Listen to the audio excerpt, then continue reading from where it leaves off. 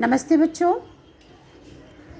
उम्मीद करती हूँ कि आप सभी लोग सुरक्षित होंगे घर पर, और इसीलिए आपकी सुरक्षा को ध्यान में रखते हुए हमने अपनी ऑनलाइन क्लासेस की शुरुआत की है।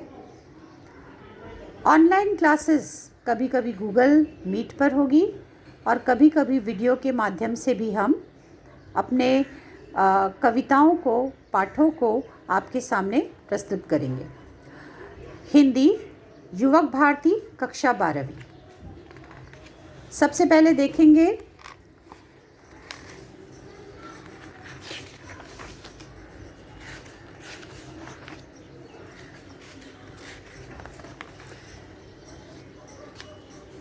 कुल 1 से लेकर के 18 पाठों को इसके अंतर्गत सम्मिलित किया गया है, और जिसमें से हम अपनी पहली कविता नवनिर्माण इसका प्रारंभ करेंगे।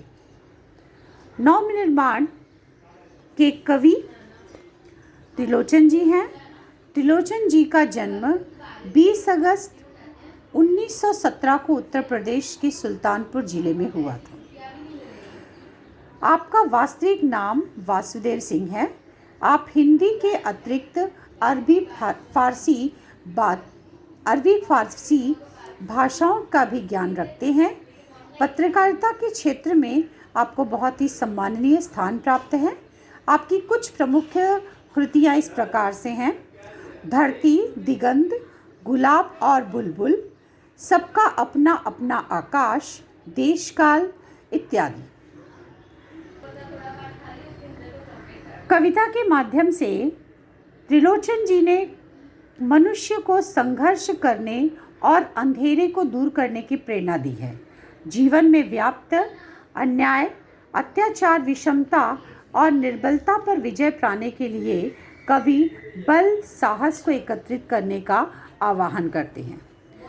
तो शुरुआत करते हैं हम अपने कविता की शुरुआत देखते हैं। नवनिर्माण। तुमने विश्वास दिया है मुझको, मन का उच्छ्वास दिया है मुझको, मैं इसे भूमि पर संभालूंगा, तुमने आकाश दिया है मुझको।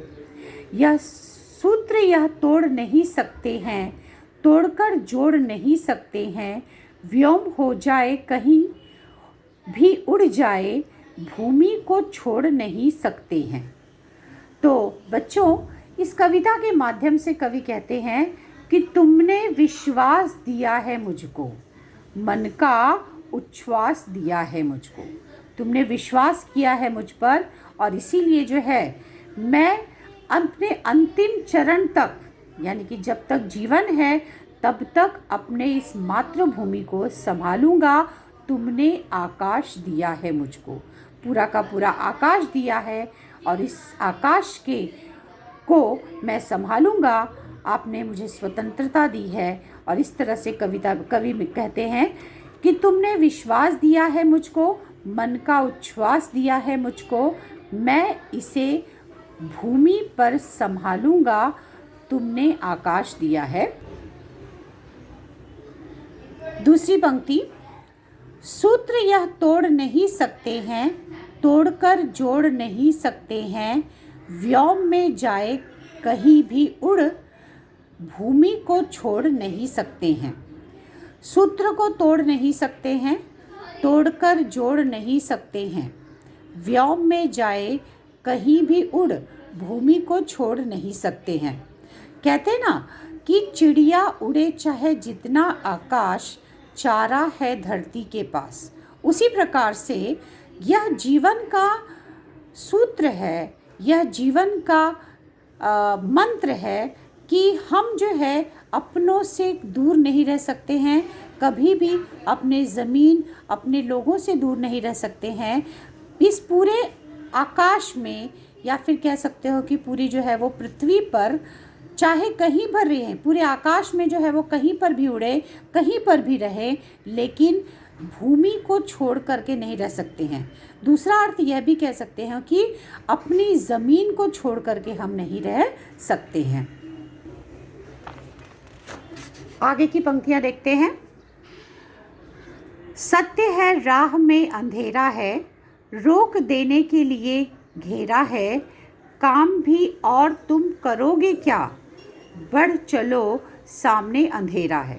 सत्य है कि राह में घोर अंधकार है, रोक देने के लिए लोग वहाँ पर अड़े हुए हैं। कहते हैं ना कि हमारे जीवन में हमेशा जब कोई भी हम कार्य करते हैं तो राह रोकने के लिए बहुत सारे लोग होते हैं, उसमें विघ्न डालने के लिए, बाधाएं डालने के लिए, और ऐसे में अगर कहीं ठहर जाते हैं तो वह व्यक्ति हार जाता है, लेकिन उसका हार जाना कोई विकल्प नहीं है। इसीलिए क्या कहते हैं यहाँ पर कवि कि सत्य है राह में अंधेरा है, रोक देने के लिए घेरा है, काम भी तुम करोगे क्या, बढ़ चलो सामने अंधेरा है। और करना भी क्या है, अपने जीवन में अपने लक्ष्य की प्राप्ति के लिए तुम बढ़ते चलो, काम करते चलो, और देखोगे कि आप अपने गंतव्य स्थल तक अवश्य पहुंचोगे। बच्चों, अगली पंक्ति देखते हैं। बल नहीं होता सताने के लिए, वह है पीड़ित को बचाने के लिए, बल मिला है तो बल बनो सबके, उठ पड़ो न्याय दिलाने के लिए। बल नहीं होता सताने के लिए, यानी कि बल जो होता है वह किसी भी कमज़ोर व्यक्ति को सताने के लिए नहीं होता है, किसी भी व्यक्ति को डराने के लिए इसका प्रयोग नहीं होना चाहिए, बल्कि उसका जो सार्थक रूप से प्रयोग होता है वह है कि पीड़ित को बचाओ। कोई दुखी है, कोई दीन है, दरिद्र है, कोई पिछड़ा हुआ व्यक्ति है, कोई भी अपने जीवन में आगे बढ़ना चाहता है, उसे सहायता की आवश्यकता है, पीड़ित है, ऐसे लोगों को बचाने के लिए अपनी ताकत का प्रयोग करो, न कि किसी पीड़ित व्यक्ति को सताने के लिए। बल मिला है तो बल बनो सबके, उठ पड़ो न्याय दिलाने के लिए। अगर बल मिला है तो फिर उसका सदुपयोग करो और उस बल के माध्यम से लोगों को न्याय दिलाओ, उन्हें अपने जीवन के पथ पर आगे बढ़ाने के लिए प्रेरणा दो, तभी जाकर के आपके बल का सही प्रयोग हो सकेगा। अगली पंक्ति। जिसको मंजिल का पता रहता है, पथ के संकट को वही सहता है, एक दिन सिद्धि के शिखर पर बैठ अपना इतिहास वही कहता है। क्या कहते हैं इस पंक्ति में? जिसने मंजिल का पता रखता है, जिसको मंजिल का पता रहता है, पथ के संकट को वही सहता है। यानी कि आपको पता है कि आपकी मंजिल क्या है, आप अपने जीवन में करना क्या चाहते हो, आपका गंतव्य स्थल क्या है, तभी जा कर के आप अपने रास्ते में आने वाली परेशानियों को सहते हुए, उसकी परेशानियों का हल करते हुए, निराकरण करते हुए आगे बढ़ते चले जाओगे।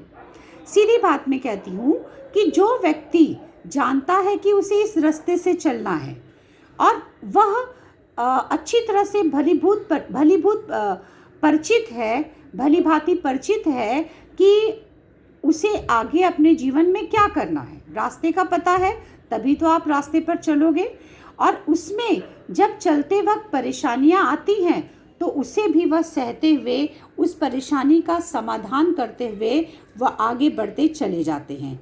एक दिन सिद्धि के शिखर पर बैठ अपना इतिहास वही कहता है।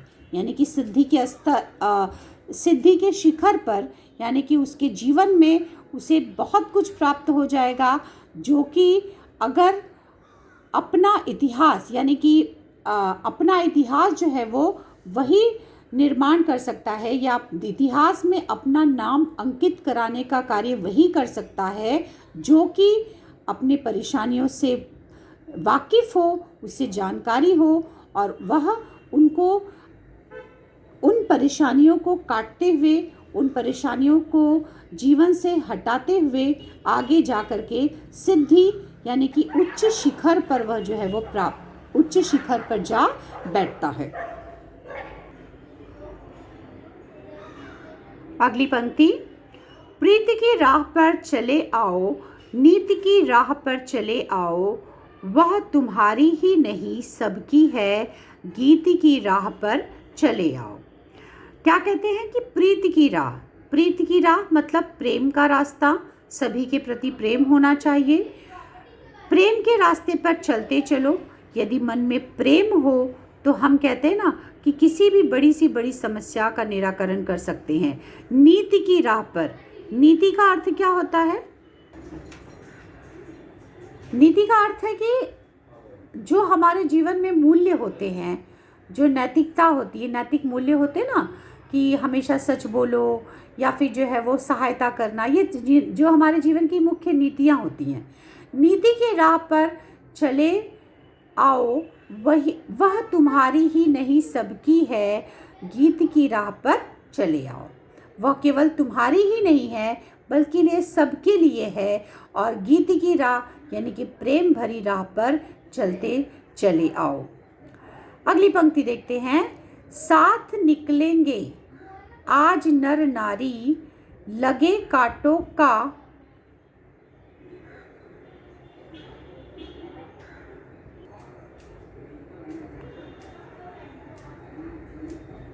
नीति की राह पर चले आओ।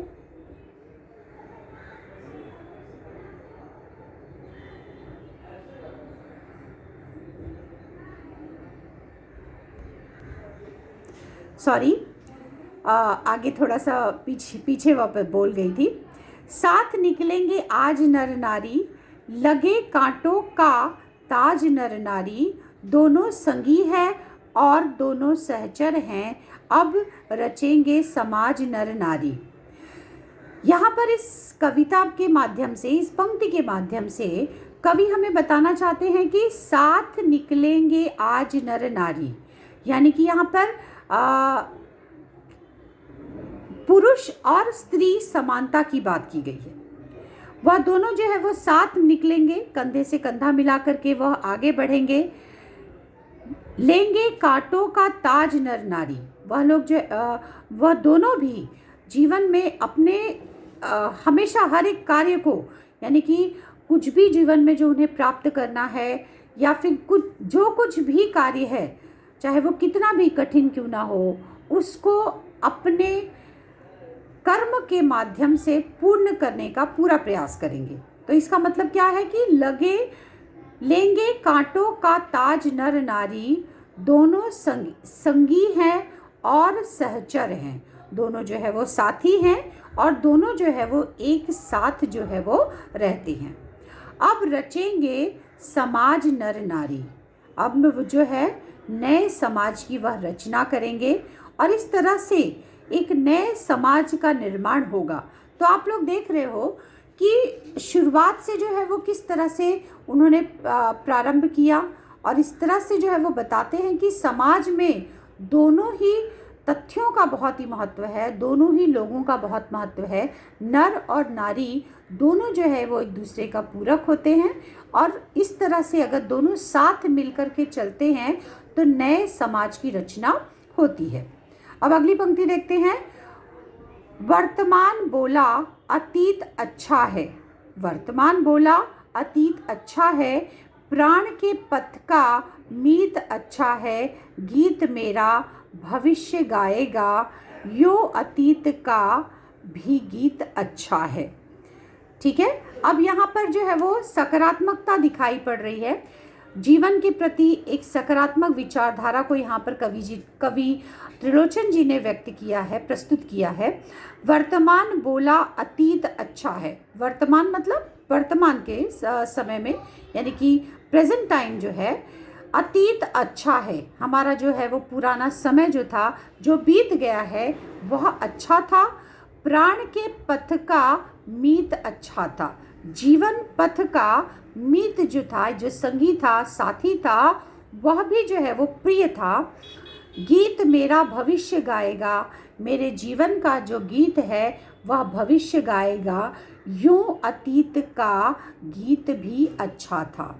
यूं तो अतीत का जो गीत है, यानी कि कवि कहते हैं कि अतीत में जो कुछ भी बीता है वह सभी जो है वो मन को लुभाने वाला था।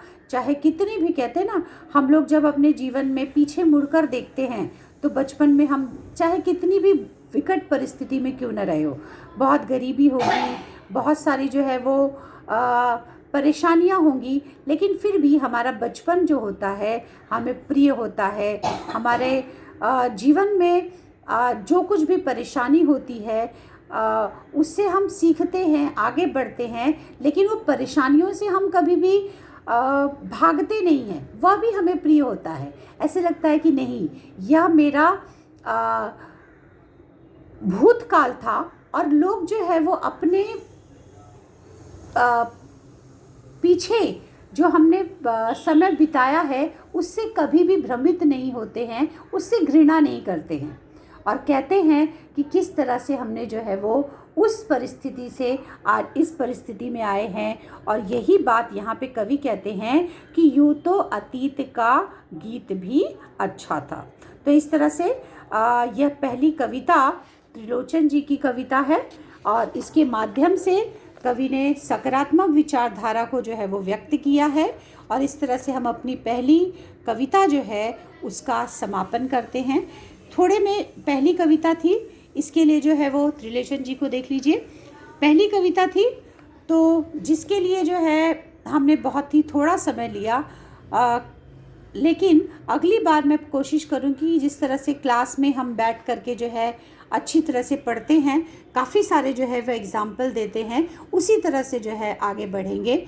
तो ये शुरुआत है, उसके बाद हो सकता है अगला आने वाला जो है उससे भी ज़्यादा बेहतर होगा, बेहतर होगा ही, ऐसा हम सकारात्मक विचारधारा रखते हैं। यहाँ पर देखिए कठिन शब्द दिए गए हैं।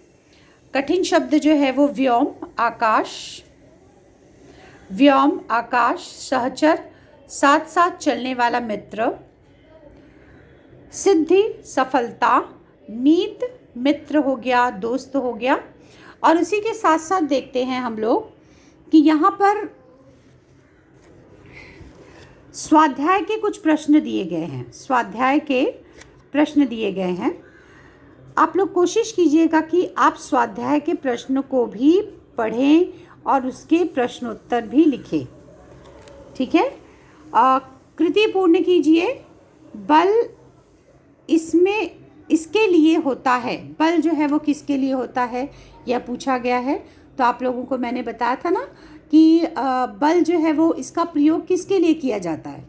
आप लोग कविता को पढ़ेंगे तो आप लोगों को समझ में आएगा। इस तरह से जो है वो एक्सरसाइजेज दी हुई हैं और आप लोग जो है वो इसको पढ़ें और पढ़ करके जो है थोड़ा बहुत प्रयास कीजिए। अगर किसी भी तरह की आप लोगों को परेशानी होती है तो आप मुझे जो है वो मैसेज डाल सकते हैं, पूछ सकते हैं। और अगली बार जो है वो हो सकता है कि हम लोग ऑनलाइन क्लासेस जूम पर जो है वो, या जूम पर नहीं लूँगी मैं, गूगल मीट पर हम लोग मिल सकते हैं।